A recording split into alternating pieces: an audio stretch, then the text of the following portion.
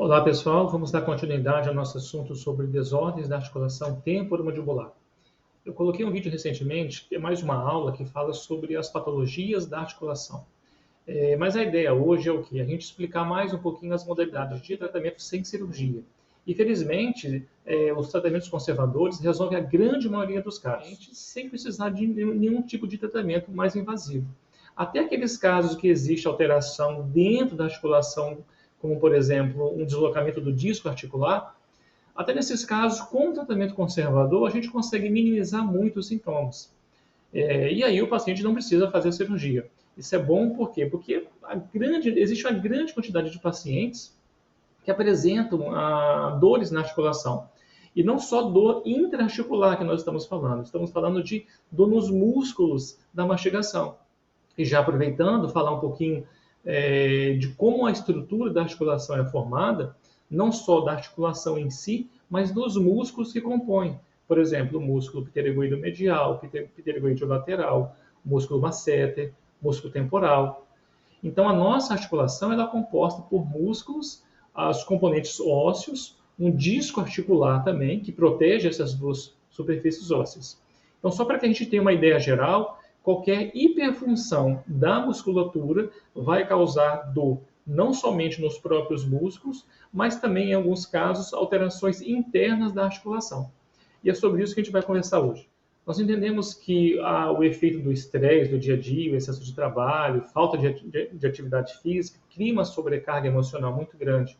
E aí, muitas vezes, o paciente ele entra naquela de contração muscular, não só dos músculos da mastigação, que nós acabamos de falar, mas como um todo, né? Músculos cervicais, das costas, né? E quando se trata de músculo da mastigação, nós entramos no conceito de bruxismo e apertamento dentário, que é mais comum, inclusive, quando é noturno. Imagina o paciente passar a noite inteira, semanalmente, diariamente, apertando os dentes com contração muscular, o que vai acontecer? Esse excesso de função vai gerar dor nesses músculos. Então, nós chamamos isso de mialgia. E quando isso se estende, esse trauma, essa contração vai ser transferida para a própria articulação. E aí começamos a ter sintomas de dores intraarticulares, o que é pior. Então, é muito importante a gente ter a ideia de diagnóstico, que tipo de dores o paciente tem. Então, essa orientação inicial, a conversa com o paciente, saber como é que ele está levando o dia a dia dele, as suas atividades, as suas tensões emocionais, né? É interessante encaminhar o paciente para fazer uma atividade física, não só pela nossa área, mas como um todo, né? Só benefício, a gente sabe que a saúde com atividade física, ela sempre ganha. Agora, muitas vezes é importante também encaminhar o paciente com tratamento psicológico ou psiquiátrico, dependendo de como está o perfil desse paciente. Nós temos que usar todas as ferramentas para o quê? Para minimizar a sua contração de musculatura. Entrando na parte mais específica, teremos, por exemplo, recursos de entrar com medicamentos, a toxina botulínica, que é o Botox, temos usado atualmente, tem resolvido e tem ajudado bastante em muitos casos. O uso do laser, né? A laser terapia ajuda com potencial inflamatório tremendo. Fisioterapia também é uma outra ferramenta. E a placa miorrelaxante, também conhecida como placa para bruxismo, que é muito conhecido já pelos nossos pacientes. Falando então da medicação, né, o que acontece? A gente entra com a medicação quando o paciente está em crise, em fase aguda de dor. Então, existe uma série de recursos. Inicialmente, os analgésicos e anti-inflamatórios, tem vários, né? Celecoxib, nimesulida, meloxicam, diclofenac, ibuprofeno. Então, tem muita medicação que a gente pode usar. Os analgésicos comuns, paracetamol, dipirona, embora muitas vezes não vão ser tão eficientes, mas quando nós adicionamos, por exemplo, analgésicos mais potentes, como codeína, tramal, para aqueles casos mais severos, a gente consegue uma resposta analgésica melhor.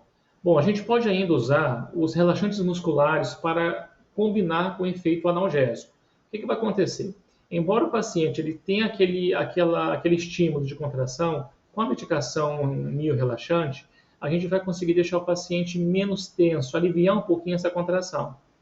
De uso comum que nós prescrevemos, a gente pode citar como exemplo o Miozan e o Tandrilax. O Tandrilax ele é interessante que ele tem uma associação não só do relaxante muscular, mas também de analgésicos e anti-inflamatórios. Tá, em relação a medicamentos mais de médio e longo prazo, os antidepressivos têm mostrado um efeito benéfico importante. Por exemplo, em baixa dosagem, a gente sabe que eles atuam diminuindo dores crônicas.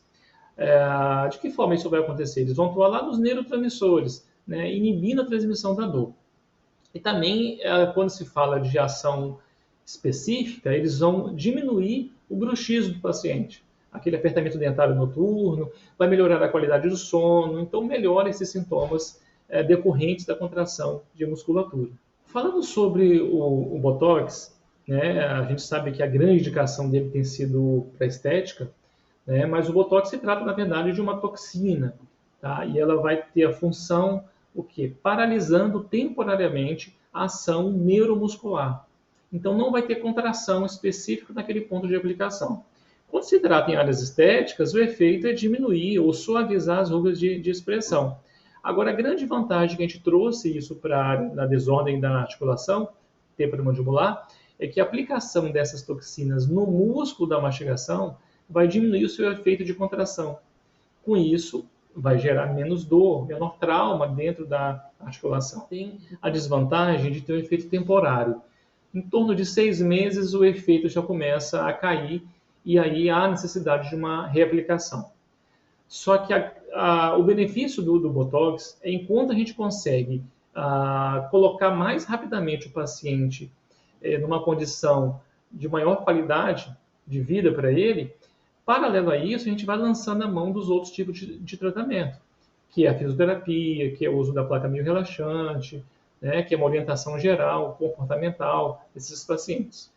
A fisioterapia é um excelente coadjuvante no tratamento. Tá? Claro que a gente vai precisar do colega fisioterapeuta, né, para trabalhar em conjunto conosco, paralelo ao tratamento dentário, odontológico.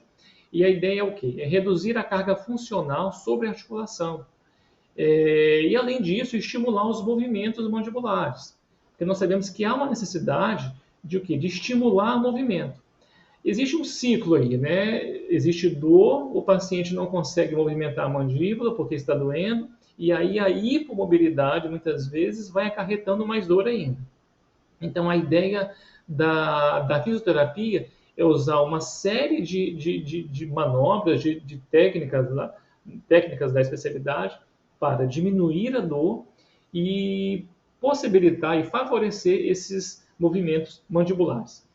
Bom, que tipos de técnicas geralmente são usados, né? Por exemplo, inicialmente os exercícios de amplitude mandibular, de abertura, lateralidade, protrusão, né? Que é chegar a mandíbula um pouquinho para frente.